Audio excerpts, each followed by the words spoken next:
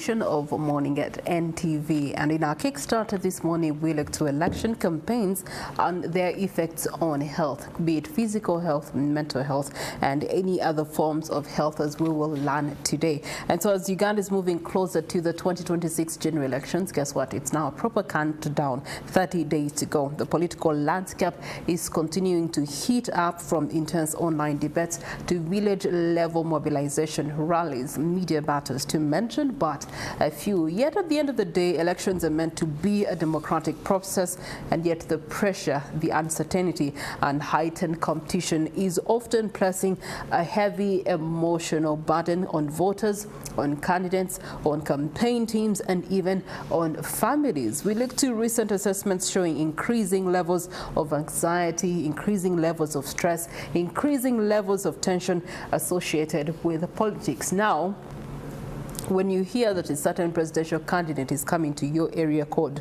you are very sensitive. You will not open that shop that day. You will not let your children out of the house that day. You will be saying a lot of don't. All this is affecting our well-being in ways we may not actually be aware of, but we're going to be addressing today. Anxiety, stress, and tension associated with politics, especially among the youth and active campaigners. So with Uganda's population being about and above 78% under 35, and social media usage is also rising sharply, the emotional impact of today's political events has actually become more immediate and more intense than we have ever been able to see. The question is, where are the coping mechanisms? What are they to even begin with? And are both leaders and professionals also creating a healthier political environment? So those are the questions that we intend to find answers to this morning. Well, pleased to be in the company of a psychologist who's going to be giving us 2 cents from her expertise form and outlook of this subject matter, election campaigns and their effect on health. Lorna Nakabuye, good morning to you and welcome to Morning at NTV. Good morning. Thank you for having me. How do you perceive the political landscape from where you're seated as a psychologist? It's tense, if I could say that. And you got the words out of my mouth when you said there's a lot of anxiety, there's a lot of fear, vigilance. You know, the example that you gave about, you know, when you hear a candidate is coming to your area, you're probably going to close your business, you know, maybe leave for work early, come back later, you know, worry about your safety. So that's also already a lot of anxiety and fear for a lot of people. And also it's the persistent hearing of alarming what if situations. You know, people are expecting the worst, especially because we've seen in, you know, countries near us, you know, countries far away, where there's always any like campaigns or political stuff going on, there's going to be a lot of anxiety and maybe violence. So people are worried for their safety. They're worried for their financial safety. You know, they're worried for personal, you know, safety. And other people experience information overload, where you're watching the news all the time. Yeah, that's true. Yes. I remember during COVID, I actually had to turn off any form of media and information sourcing because it was just getting to my head. You could no longer tell what is true and what is false, you know, but all this is creating a lot of pressure. I think I got COVID primarily from mental disorder. I'm telling you, my mind was already sick, so it was inevitable for the rest of my body to be sick. And then also you worry about like missing out, so you want to know what's happening, so you can't help but watch. You know, and also you want to engage in conversations, you want to know what's going on, so you just find yourself watching the news 24/7, and of course that's going to be emotionally exhausting for a lot of people. All right, I know that things are also emotionally exhausting for candidates. So we do have a candidate on our table, a new candidate, LC5 Woman Councillor Judith Nalukwago. Pressure but me, I'm just excited to be here. Mic check 1 2. I'm excited, but truth is the pressure is there, and it's quite a lot, but we are built to handle that. Let me ask you, when you were setting yourself apart to enter into active political participation, did you have your health as one of the things that you had to put into consideration making this decision? A lot, because a lot goes on, especially in terms of health, both physical, mental, and also the social well-being as you as an individual.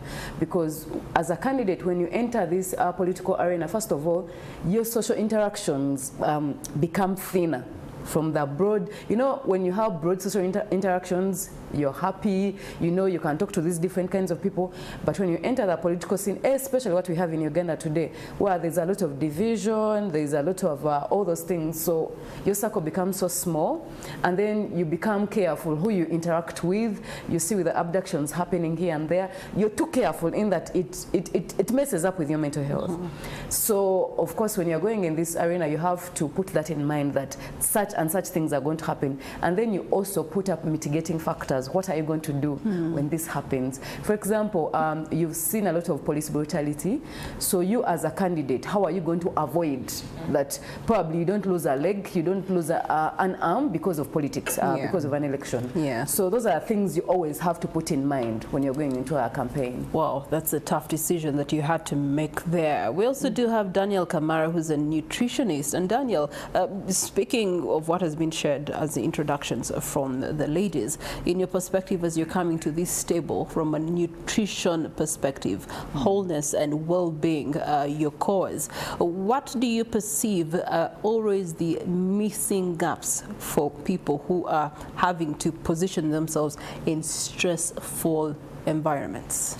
Thank you so much. And when you speak about nutrition, just know the whole well-being and the lifestyle of the person matters. And imagine in such political environment, most of the people skip meals because of the anxiety and the tense. Imagine now they say so-and-so is coming to your village. Yeah. People skip meals, people cannot even access meals or foods, the markets are usually closed up. And of course, some people can spend even the whole 3 days in the preparation to that and they do not drink enough. That increases the stressful environments, they do not eat enough, so the brains, they do not sleep enough, so that contributes to different psychosocial environments and also lack of food, proper food. And this returns back to the micronutrients. You know, Uganda, I will sound this again, that Uganda is suffering the triple burden. We left the double burden, but now the triple burden. That means that we are trying to do something, but something also is coming up. Imagine now we have the overnutrition. You know the poverty gaps in Uganda. When you are poor, you are totally poor. When you are rich, you are very rich.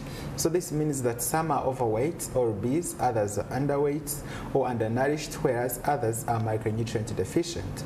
So this means that as the political environment intensifies, it calls upon you as a person who is being rallied for, you take care of yourself nutritionally. Make sure you access food.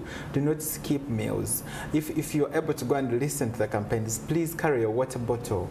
It's very prudent for you to mind about your health and well-being. Carry some water bottles so that as the sun, because remember the crowd is usually very big, some faint actually because they are not fully hydrated. They have spent the whole day waiting for the candidates, and of course this keeps you hungry. You know, sometimes they give you maybe a 10K, but in the later evening you've not eaten anything.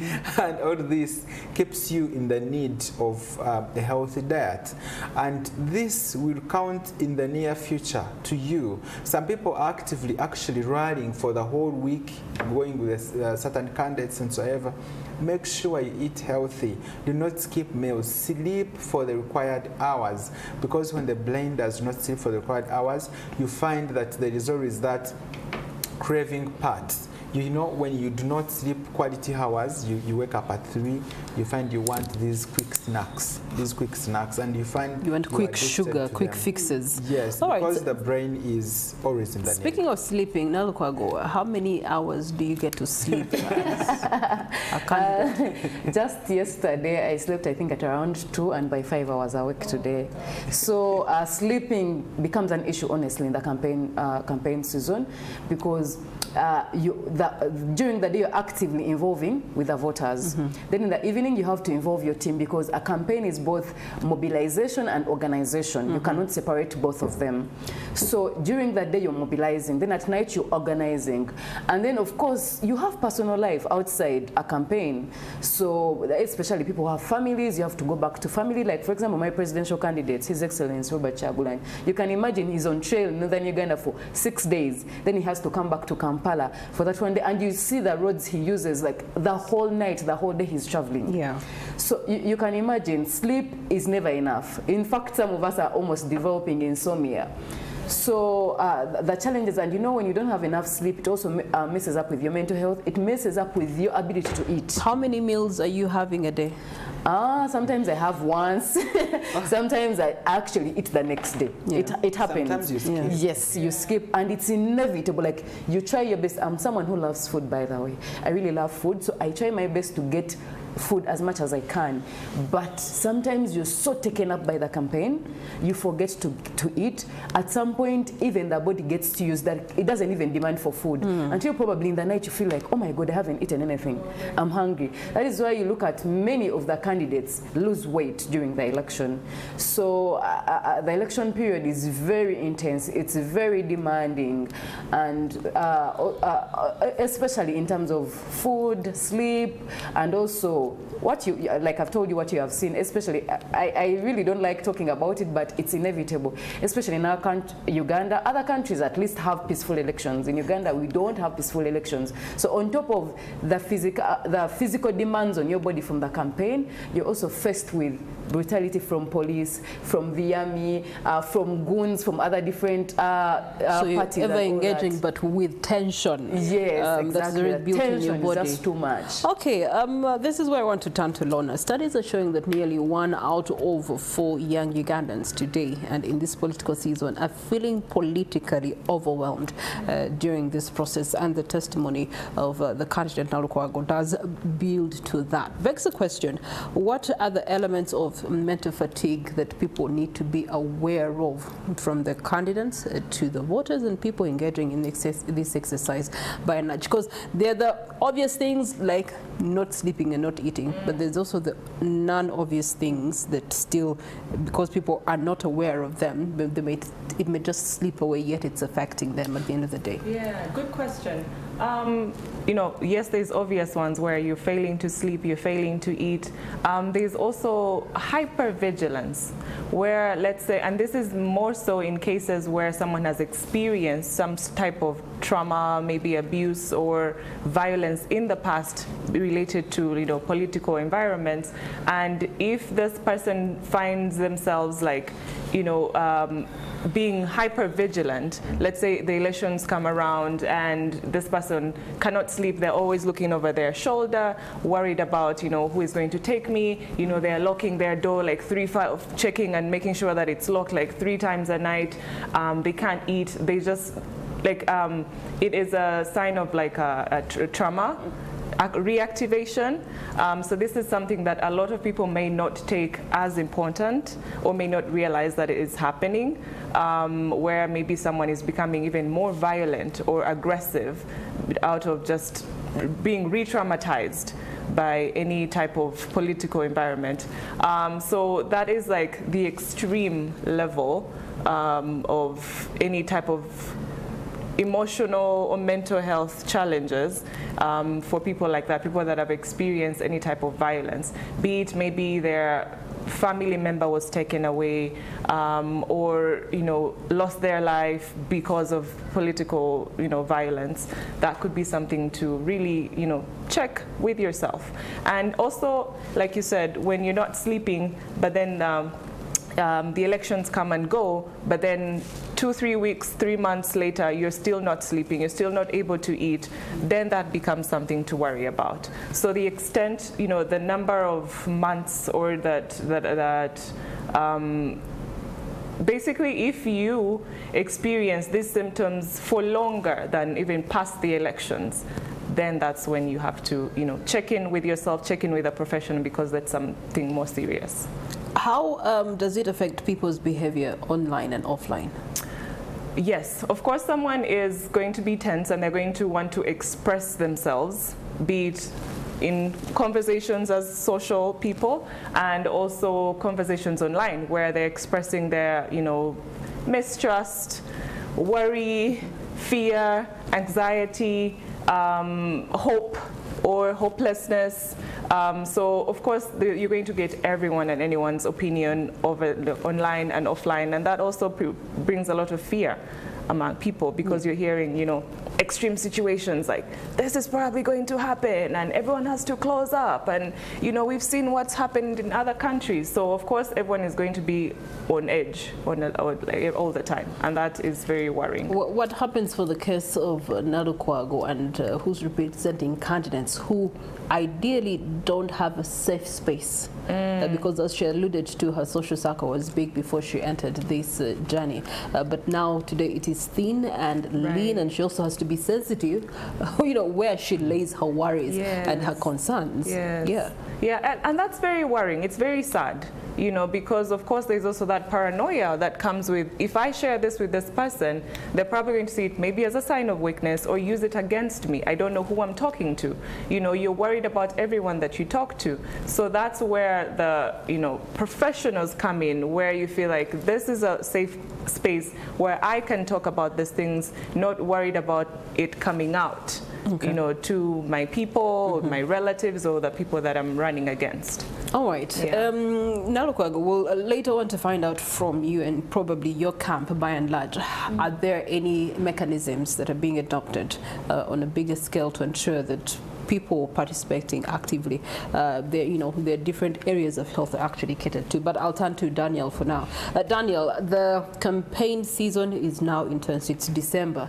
Now people are counting down days to convince people of their political aspirations. But at the end of the day, we want to know what happens to one's body or what's happening to one's brain as they're doing that, especially when they are under stress without proper nutrition.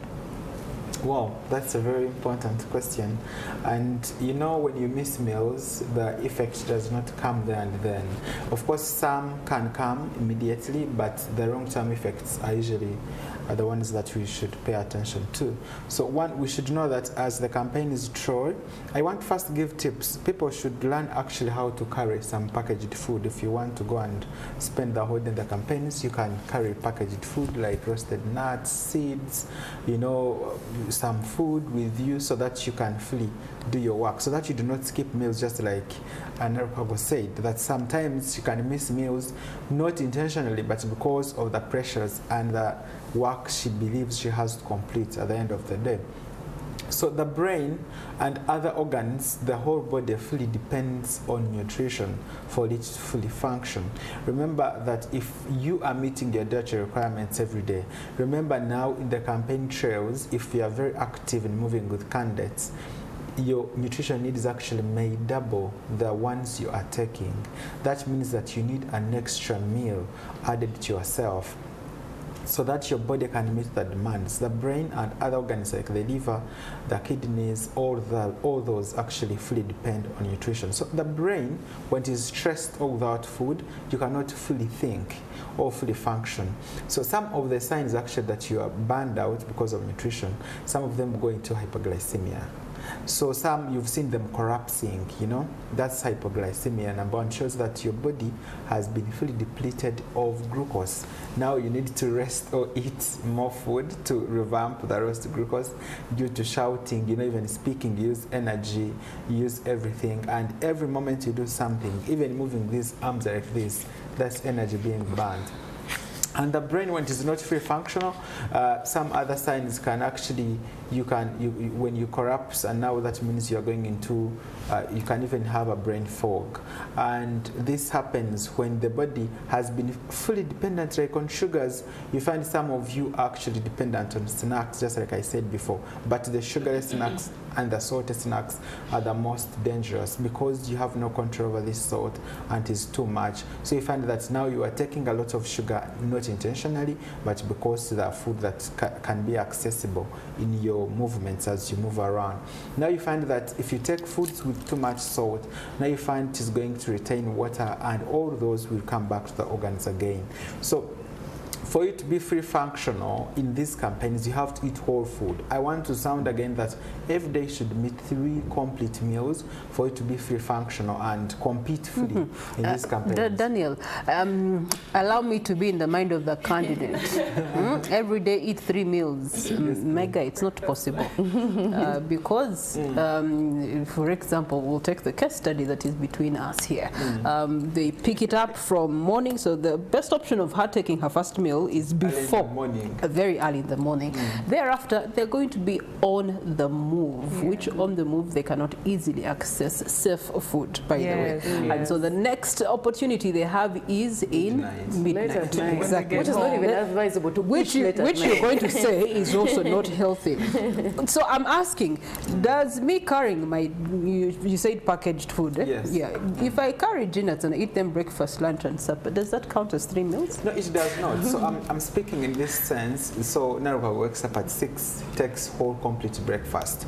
Complete breakfast, by the way, has more of proteins, carbohydrates and vegetables. More of proteins. That means that your body is going to keep somehow longer full. But remember, now you're going to use energy, as in you're talking and even dancing. I don't know what you do in the campaigns, and now you need an extra carbohydrate along the way. So you have to pack foods.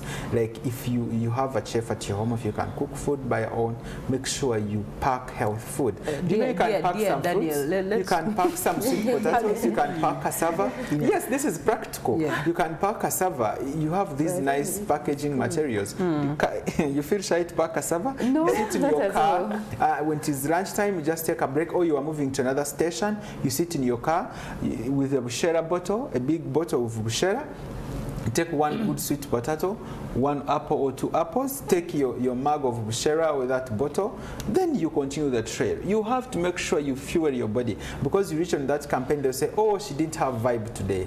Oh, what happened today? Because they know the former person who was energetic, who ate good food, and she was really vibrant. And for supper, let me tell you, just like I said, that the nutrient requirements change or vary with the work that you're doing.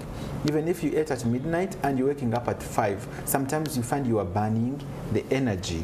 So depending on the work you're doing at a particular time, the nutrient requirements keep varying, If a person was doing gambling and now they have an office, the energy requirements shift, because now you're not using the energy. Now you need to readjust, and now you find that your energy requirements keep on adjusting. So that means that if you eat at 10 p.m., it's okay. Eat something, because remember, if you do not eat, even you cannot sleep, by the way. You keep waking up. The brain keeps waking you up. And sometimes you start developing conditions related to the gastrointestinal tract, including, of course, ulcers that are very common and everyone knows about. But a very important condition also that comes is gut microbiome depletion.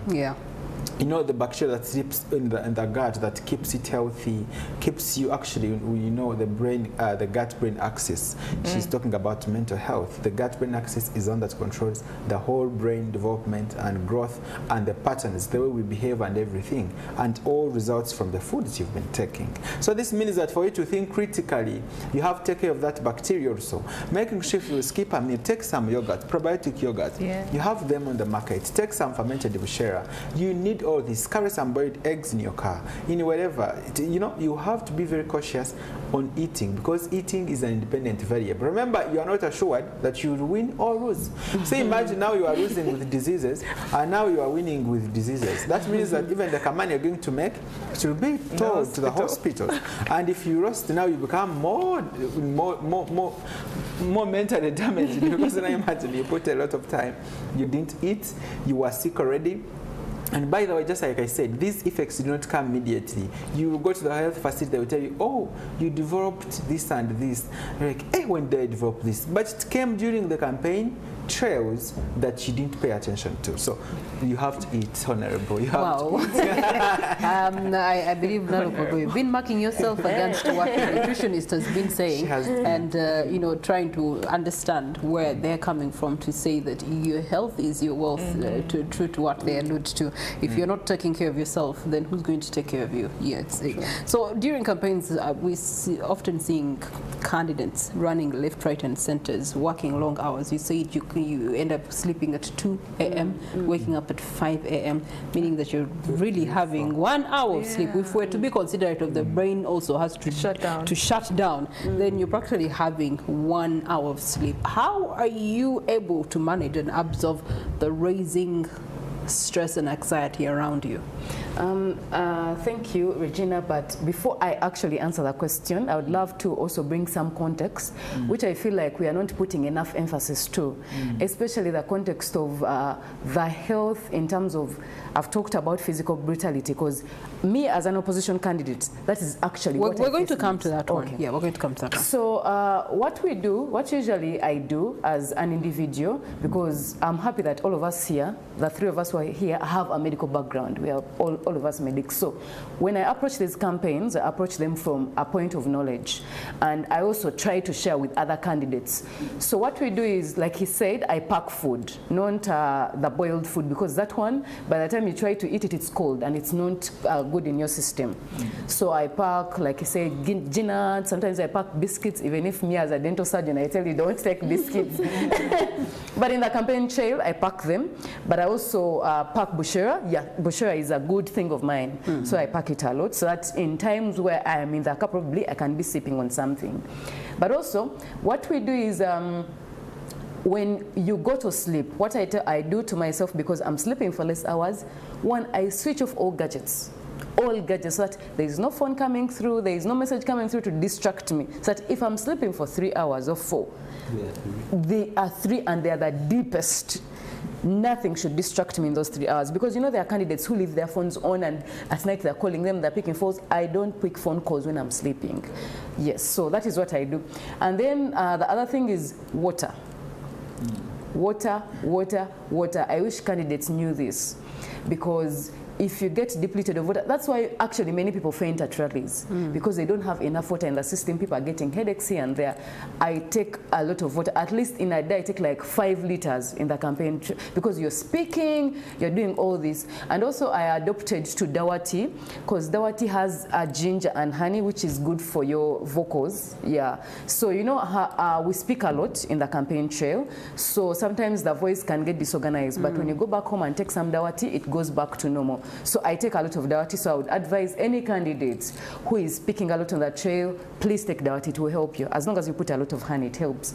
And also what I do, the other thing is, I think now this one goes back to the topic you said we shall address is, I've told you we have challenges of fear of being abducted and all that. Yeah. So sometimes you don't sleep at home. You sleep in different areas. Today you sleep here, tomorrow you sleep the other day. We are always looking over our shoulders because of the fear of being abducted. So we sleep, actually very many candidates change their places of residence or domicile during this period of campaign to avoid being trailed. And also the other thing is, you've seen many candidates, especially our presidential candidate, he has adopted a bulletproof vest and a ballistic helmet, so the anti-ballistic helmet, so that it helps with this brutality where the people are beaten. You've seen people wearing, they have cushioned themselves with mattresses in their clothes. I think you showed that story on Zungululu. Because of the fact that they're being meted with a lot of violence, like, okay, let's put on these mattresses and all that, so that we can avoid being beaten and being, of course you not avoid being beaten, but at least the impact of the canes or the impact of what they used to beat you will not be felt by the body so much. So those are some of the, of course you have to be creative in a campaign period, because your opponent doesn't want you to win. They'll do everything that you don't win. So you also have to do everything to make sure you win. Campaign is war. That is how we take it. Speaking of which, the scenes that we've been seeing, and the National Unity Platform being the biggest one that is facing these issues, brutality, on quite a number of your campaigns as you were drawing closer to Buganda and Kampala. A lot of tear gassing. Yesterday alone, we saw how police was trying to disperse numbers by putting a lot of tear gas within the crowds. The battering and the beating up. There's a video that has been going around on social media of a supporter who had come on a rally, and one police officer is grabbing them and trying to put them down on their feet and dragging them by their shirt from one place to another place. Those are gruesome scenes. What's the impact of such scenes on you as a candidate, but also on the voters? Like you said, we've seen many of them, not even starting today, but over a long period of campaigns that have been happening in Uganda. In that, for example, if police beats up someone, of course there is physical damage to the body. You've seen pictures that were broadcast yesterday where someone has beaten so badly in the back, and you're seeing all those bruises, all those wounds that the person has gotten. We have seen very many of these people who become physically incapacitated. People lose their legs, people lose their arms. You've seen people whom the tear gas canisters have literally taken almost half of their ahead. You've seen what happened to Ashraf in the last presidential campaigns when they were coming back from Masaka, where a tear gas canister hit him and he almost lost his brain, by the way. So people become physically incapacitated, and on top of that, by the way, there's an aspect that we are ignoring, the aspect of, you know, there are so many people who have gotten sexual violence. It has been there in the campaign. The likes of Eddie Mutwe talked about it, where people have been raped. People have been sodomized, not only maybe raping the women, but also the men have been raped, and many of our people in the National Unity Platform have talked about it. So the rape is not only a damage to your body, not only a damage to your mental health, but also you can get diseases, for example, HIV, and we have had people confess they have gotten HIV. It's not only even in this campaign. We have read reports of what the UPDF or the NRA then did in northern Uganda as they were trying to apparently curb the Kony War and all that. We've read different reports are there, we have them. So those challenges, people don't know that those challenges become a mental and physical effect on this person for so many years. Imagine someone like Bobby Young's mother or child, because Bobby Young was a breadwinner in his family, and you've imprisoned him for 5 years without a trial of his case. Imagine now what is happening to his family at the moment. So we have those challenges of physical and also sexual violence in this election. But as the National Unity Platform, we understand these things are happening and we are documenting them.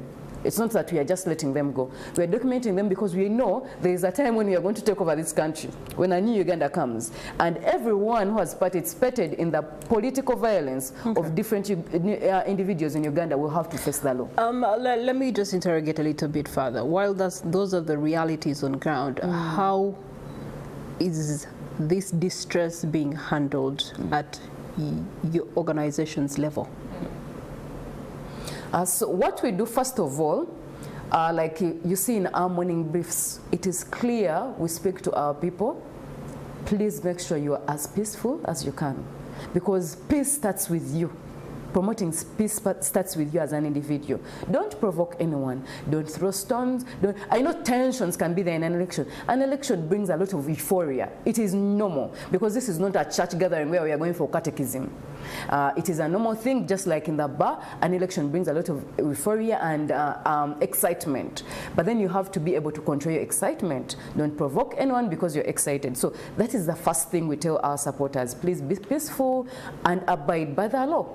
That is the most important thing. We are in this election period, but the election ends. But your life should not end because of an election. So that is what we first tell them, because at least that is within their means to control. Yes, but also we emphasize to them that if you are faced with a challenge that is beyond you, first of all, you have to report to us, because some of us are not there to understand or to see whatever is happening. Like I've told you, these cases that keep happening, we are not there to understand. So come to us and report, because our administration at the party headquarters is still functional, irrespective of the fact that we are in an election. Report to us all those cases so that we can document them. And you have seen us that we have gone to court for these different various cases that are happening to these people, the sexual violence, the physical violence. We have gone to court and tried to seek remedies from court on how these people can be held accountable to what they are emitting on Ugandans. But also, we have social psychological support in the party. For people having challenges with their mental health, we have it, and it's actively happening so that we can help these individuals, especially families who have been faced with violence in terms of brutality, and also whose relatives have been abducted, because actually those abduction has been a very big challenge to us as the party. Yes, so we also have social psychological support in the party, but also we also have we have a budget to help these people who are being faced with violence, especially physical violence, to help them in hospitals. You've seen our Secretary General trying to go to different hospitals here and there. So we try to help them financially where we can. Of course, we cannot do everything, but what we can, we step in and help them. Lorna, yes. Many Ugandans are facing this. Many Ugandans today are reporting their loved ones missing. Last saw them. Many whose relatives were banded up at once, for example, the cases of the National Unity Platform, the case of Bara, and other areas where there was a bundle of arrests. Those people are being missed at home. And so there's gaps there that are not being addressed, that no one is talking about, the brutality. These people, in as much as they have the confidence to allow their bodies be used as example of what is happening in our country, but their mental states, how do they get to deal with that? How do the people in their communities get to receive them back into the community and help them? So we're looking to an environment that is sharply, with a lot of fear, a lot of worry, and a lot of tension, a lot of retaliation also. Because some choosing it, because it has happened to Daniel, and I know Daniel, you know, I look out. How does this living in constant negative environments such as this actually lead to mental degradation and low self-esteem? Yeah, thank you for that. And like my colleague here said, these are people that are getting, you know, where families are being torn apart. You know, there's a lot of financial strain because the breadwinner is gone. So they're struggling with food and, you know, bills and all that stuff. And that constant worry, you know, where your next meal is going to come from. You have maybe your parent has left, you know, your dad has been taken, or your mom has been taken, or your child has been taken. That constant worry and fear and tension can, you know, affect your mental health in the sense that you are depressed. You know, you're sad constantly because you're grieving the loss of your partner, the loss of your child, and then also you're living in constant fear that who is next? Who is going to be taken? What happens to us now?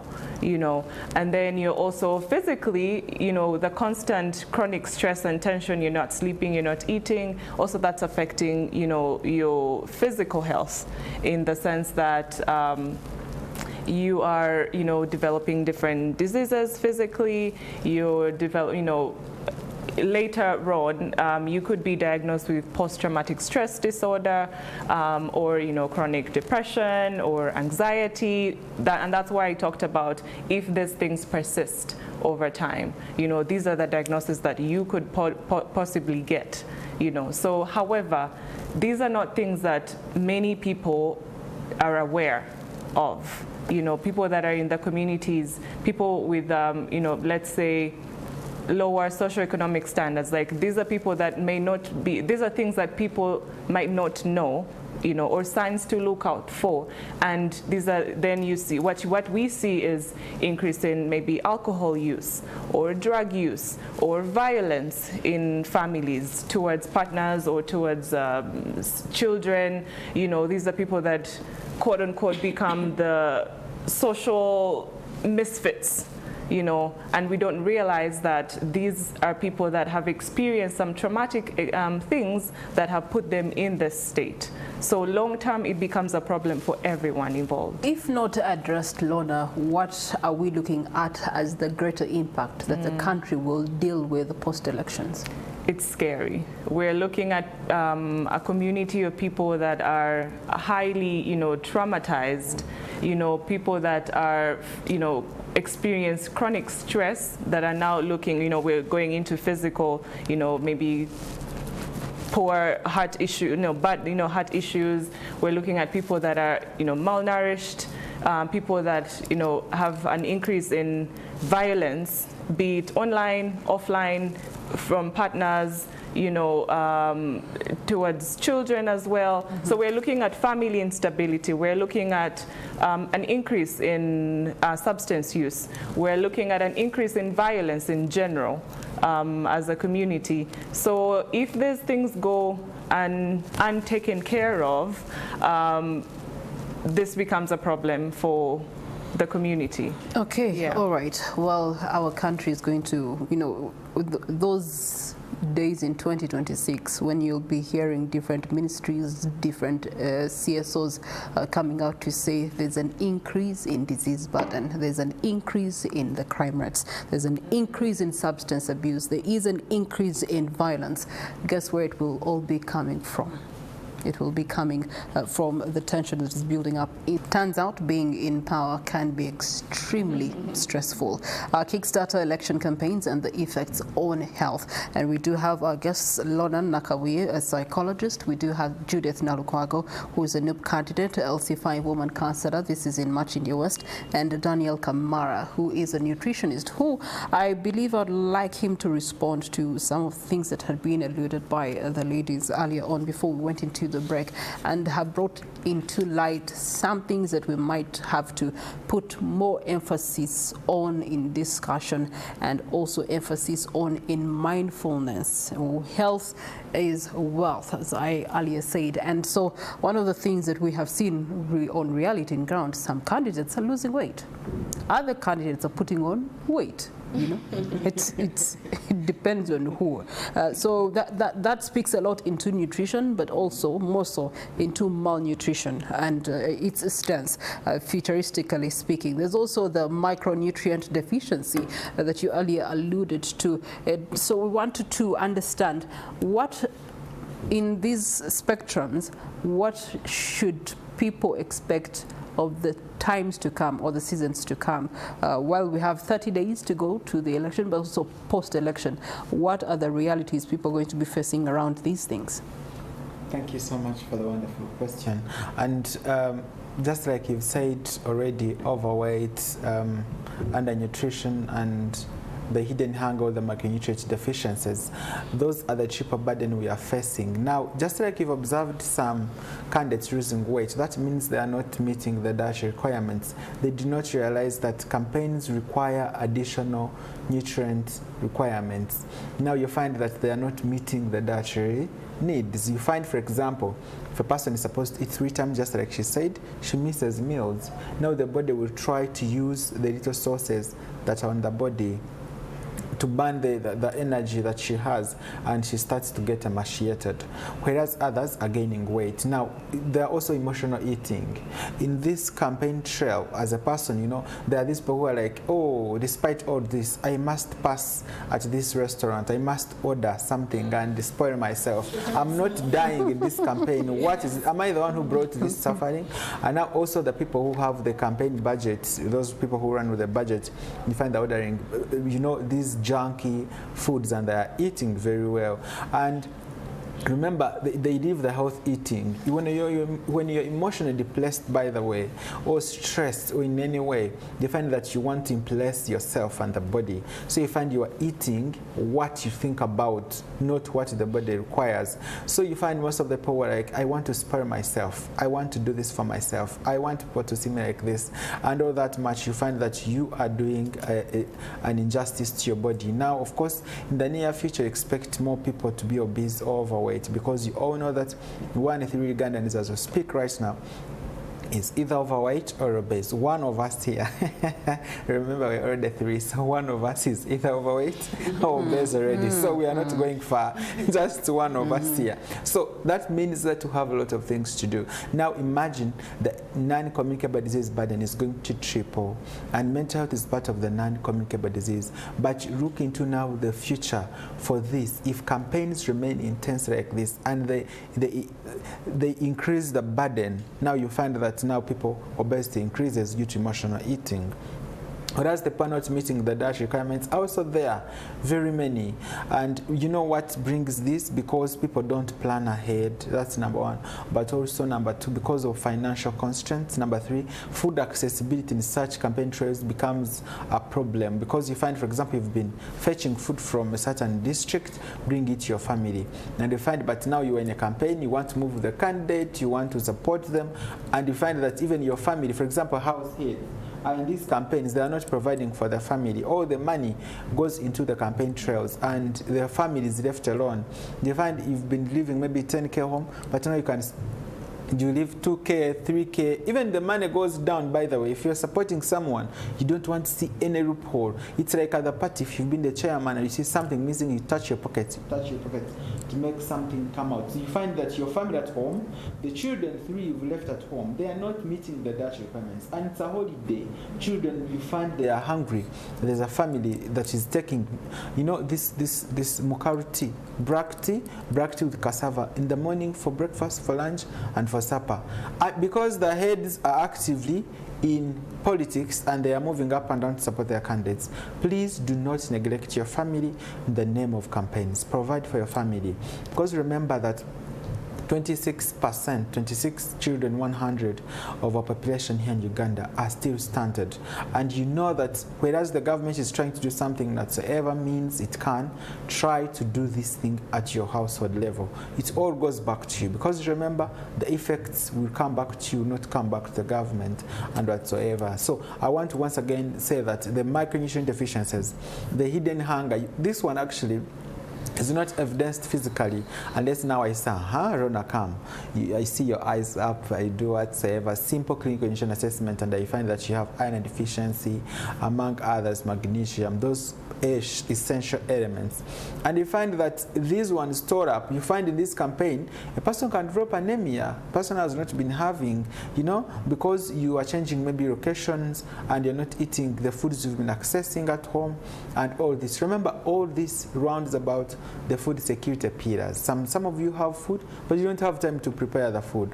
Or by the time you prepare food, you're just half cooking them because of time and whatsoever. So the future of nutrition when it comes to such rallies and campaigns is that we are at a risk of having overnutrition and undernutrition and macronutrients still running against each other. So the triple burden of malnutrition must be addressed together in this campaign. How I wish that this candidate... When you say must be addressed together, who are you making reference to, and how can it be addressed?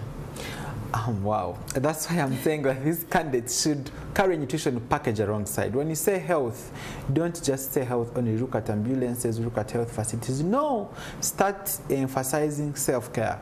Self-care is defined as the accessibility or the giving yourself of care with or without a health worker. It means that you can control what you want to eat, you have control over your finances, you have control over the food you have at home, you have the control over what you want to do at home.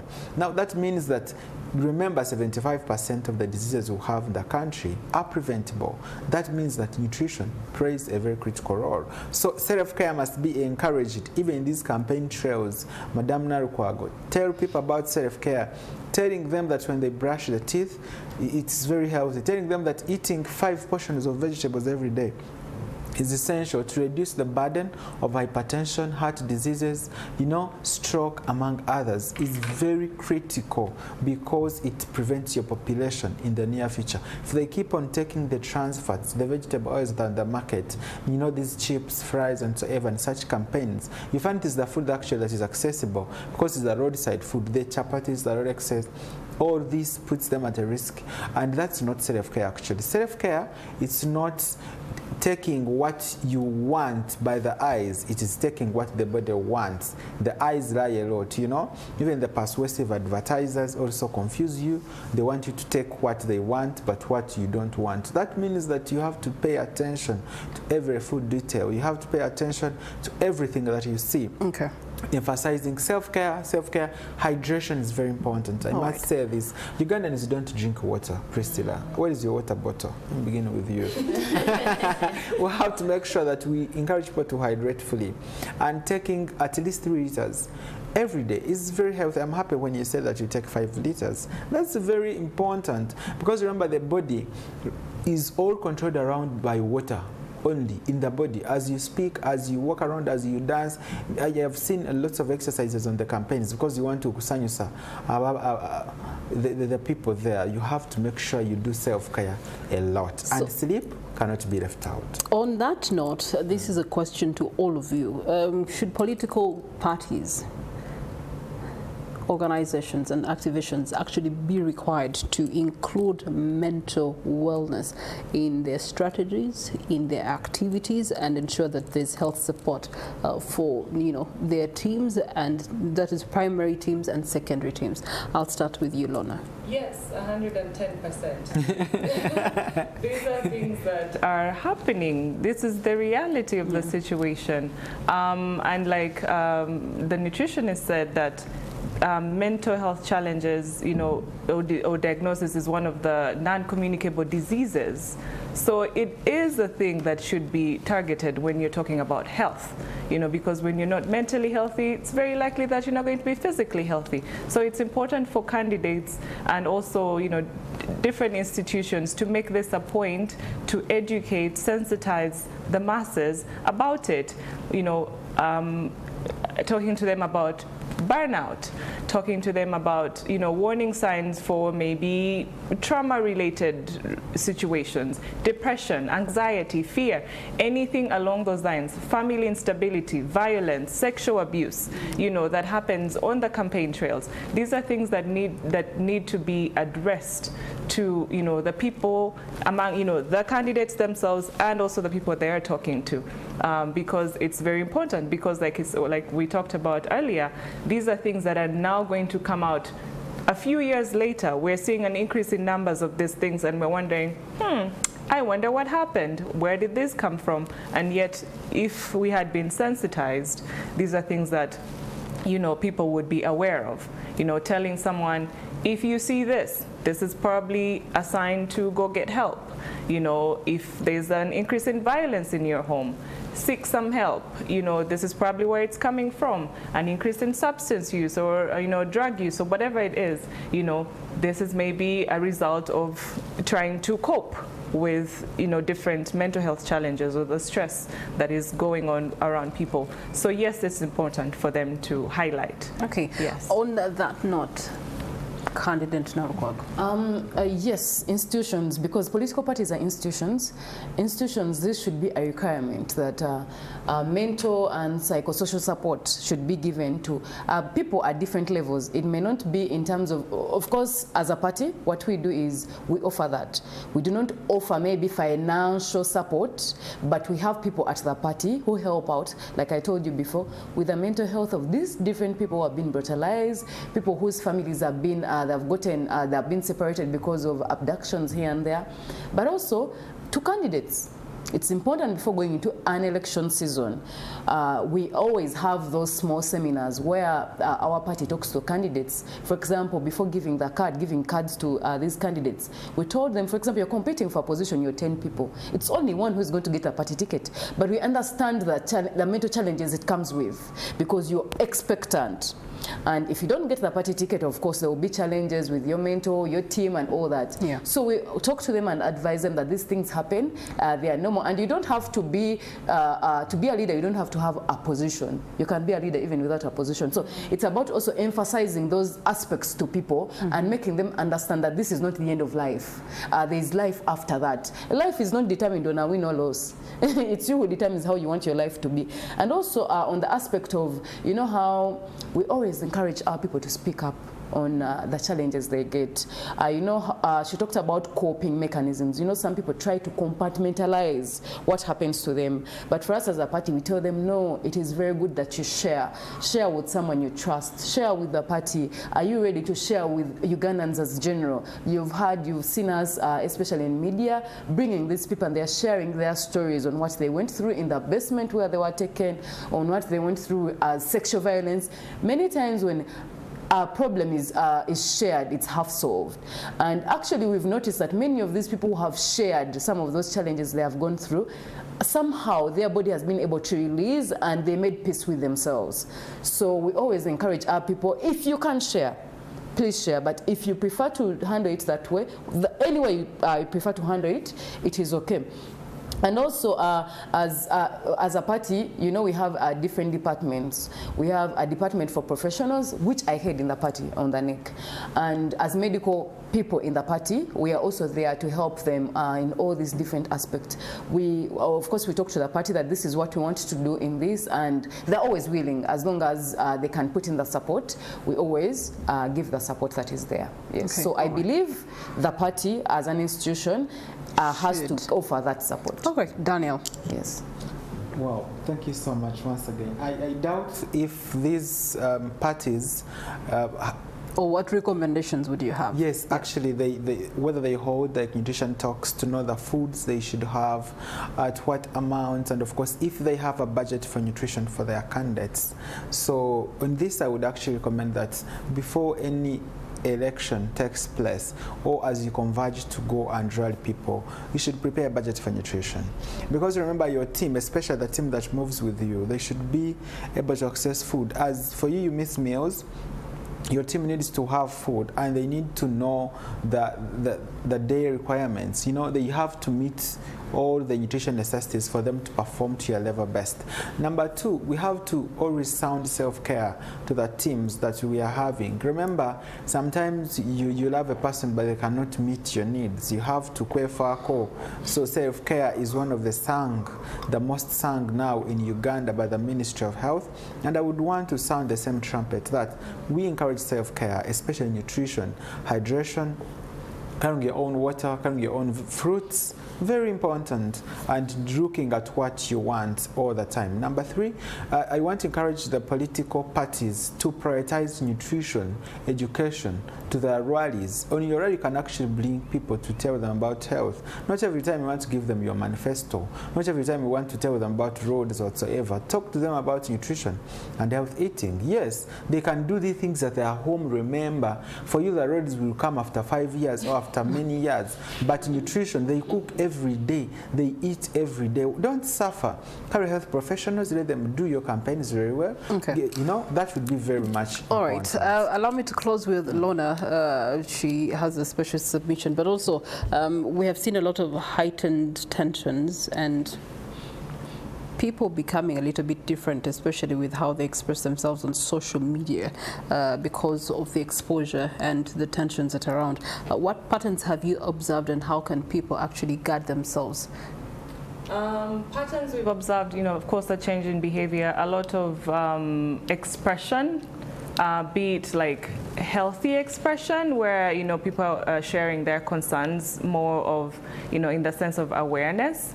And also there's expression where it's like, this is what's happening, everyone should be worried. They become abusive. Right, and, yeah. you know, and there's a lot of like verbal exchanges and, you know, even physical, where someone is now targeting the other person outside of, you know, the social media or whatever. You know, you're meeting someone and, you know, as soon as you see them, you're just, you know, flexing or something like that. So it's changed. It's caused a lot of tension among people, and we're seeing that. And then also people like are scared. You know, so that's something that's happening. And also, when we're talking about recommendations, I want to also emphasize the shared responsibilities in this whole season, where, you know, candidates are responsible for not exploiting the fear and using, you know, ethical messaging to, you know, when they're doing like campaigns and all that stuff. Then when it comes to like media, making sure they're aware of the tone that they're using, because also that can bring anxiety or fear among people, or calm them down, give them a sense of hope. And then for individuals, you are, we're talking about self-care. You're responsible for your boundaries, where, you're switching your phone off, or you're limiting how much news that you're receiving, and also emotion regulation, eating, sleeping. And then for institutions, creating that awareness for people to know about mental health and signs and what to do when it happens. All right. Thank you so much, Lorna. Thank you so much, Dr. Judith. And thank you so much, Daniel, for giving us your 2 cents on the subject matter. At the end of the day, nutrition is very, very paramount. It may not be your daily conversation, yet it's a critical conversation. Otherwise, we all can't be seated on this table this morning. As we wrap up today's edition, we